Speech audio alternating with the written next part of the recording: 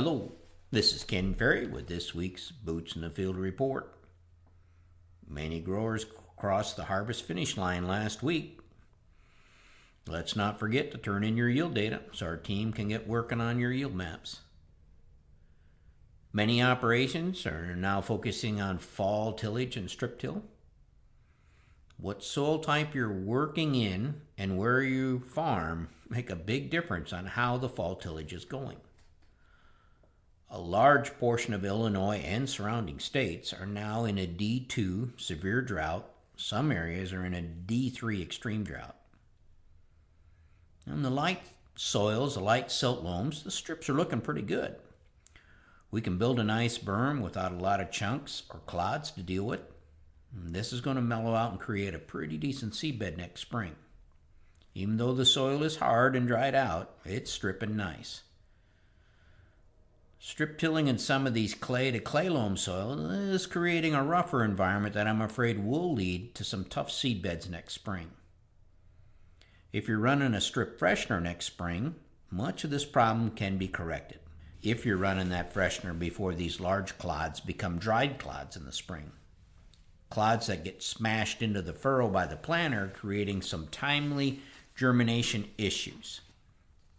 If you have a strip freshener, one avenue you may take is bypass the fall strips and just freshen in the spring to achieve the seedbed without dealing with the clods that we're creating this fall. Now, if conditions continue to be dry into next spring, conserve the water and just no-till the field.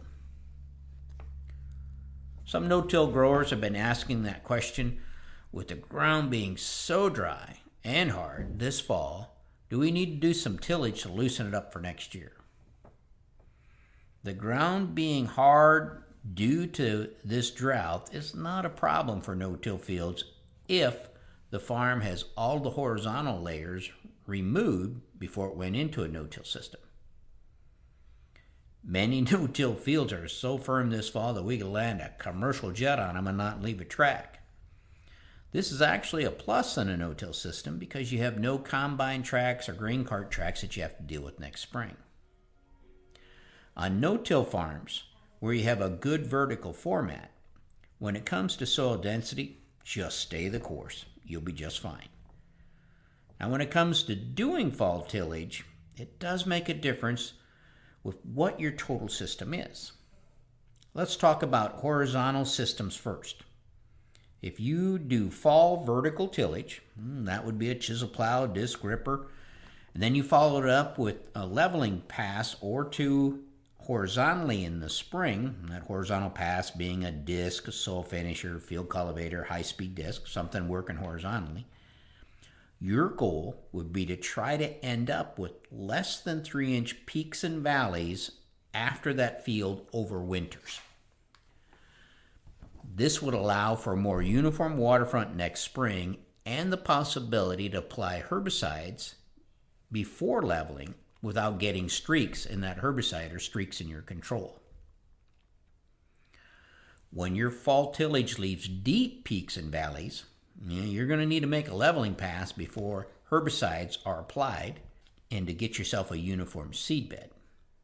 Now, to stay timely in the spring, this causes tillage a lot of times to be done wet, causing compactions. That first pass in the spring is about where 85 to 90% of my compaction calls come from.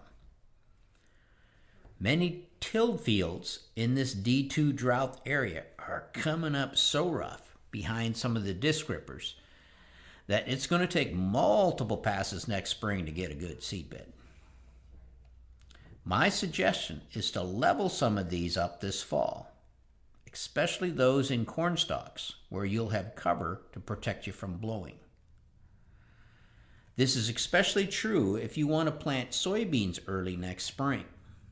Let's get this leveled up closer to planting. Leveling up work bean stubble in the fall is a little riskier. You may not have enough cover to stop the blowing next spring. Now, many fields are being worked this fall with high-speed disc. Growers are confident due to the dry conditions they're not putting in a compaction layer. While this is true, you are putting in a drastic change in soil density by scraping the top 3 or 4 inches off horizontally on these collapsed soils. If you hit it again with the second pass this spring, there will be a significant density layer down there at 4 inches where most people are running. Now, growers who farm in a vertical system have multiple choices. The options are from no-till, strip-till, one pass with a VT, or what we call a conventional vertical fall tillage, again, which would be vertical, inline, hybrid chisels, disc rippers, followed by a pass, a VT pass in the spring or fall, or a combination of both. If you do conventional vertical tillage in the fall, one thing is a must. You must achieve full width shatter between the shanks. Now, this is not needed when you're doing horizontal tillage in the spring. But with full vertical program in the spring, you're leveling from the top. So you need the surface to be fractured to not cause uneven growth and development and planting issues in the spring. Getting full width shatter and leaving the field level is a function of shank spacing, depth, and leveling capabilities of your chisel. As an old rule of thumb, depth needs to be about half the shank spacing. Narrower shanks allow you to run shallower, take less horsepower, and leave the field firmer in the spring. The deeper you go, the more marshmallow conditions you have to deal with next spring and summer. Now, marshmallow conditions lead to planter and sprayer tracks that kind of lock you into a rinse and repeat cycle because you got to go back there and get those ruts out. Don't forget to get your lime on before these fields get tilled, keeping your lime applicator happy and keeping his tracks out of your field. You can take them back out if some are put in. Without some rain, anhydrous will be hard to seal in some areas. Anhydrous will move in the soil until it finds enough soil water to convert from ammonia to ammonium. In some cases, growers are smelling ammonia a day after application, meaning it's making its way to the surface and being lost. You should be able to stand out in the field as anhydrous is applied and not see it or smell it. I saw a field this week that had cracks in it big enough that you could put your hand down in them. The anhydrous spar was not only smoking around the knives, gas was coming out through the cracks in the soil between the knives. Guys, let's not screw up next crop before we start. In these dry soils, anhydrous will travel further in the soil to find that moisture to cause that conversion from ammonia to ammonium. Your nitrification inhibitor is not a gas, and it will stay close to the knife point where it was delivered. The only part of a typical anhydrous core that is protected is the center. The bigger that core gets, the less is protected. This means our fall inhibitors will be less effective in these dry soils. Now remember, a DCD inhibitor like NSERV stops nitrification. It doesn't stop volatility. Some growers wonder why they can smell ammonia leaking out of a dry soil when they used NSERV. It doesn't work like that. You're not protecting against volatility. Got some calls on certain hybrids dropping ears this fall. Most were non-GMO hybrids. If you have ear drop on your non-GMO hybrids, go back out to those fields and inspect these ears. Many cases, it was corn borer causing the problem. Look at that butt of the ear and the shank. Corn borer will leave a tunnel in the shank or through the center of the cob, coming out the butt of the ear into the shank. Fields that are dealing with corn borer damage are mainly areas where non-GMO corn has been grown for multiple years. This indicates the corn borer population is rebuilding in those areas. Ear droppage may not be a hybrid problem, but it may be more of a pest control problem. Corn borer used to be one of our number one problems in the past, but is somewhat forgotten about with GMO corn.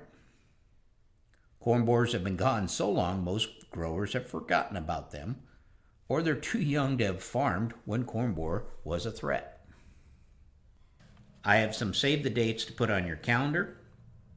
Hand harvest in Hayworth, Illinois will be Tuesday, November 18th, and hand harvest date in Osage, Iowa will be December 1st.